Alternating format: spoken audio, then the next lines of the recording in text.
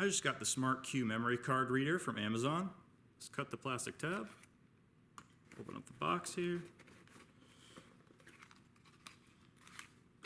Slide it out. It's a relatively small converter. Let's take it out of the plastic.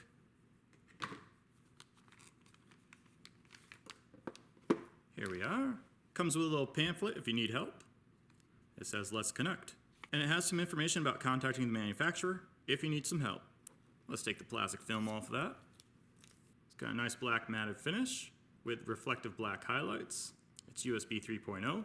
On the front here we have your SD card, MS, and micro SD card slots. On the back you have a CF card slot, FCC logo on the bottom, and there's the other side of it. There's the USB 3.0 connector.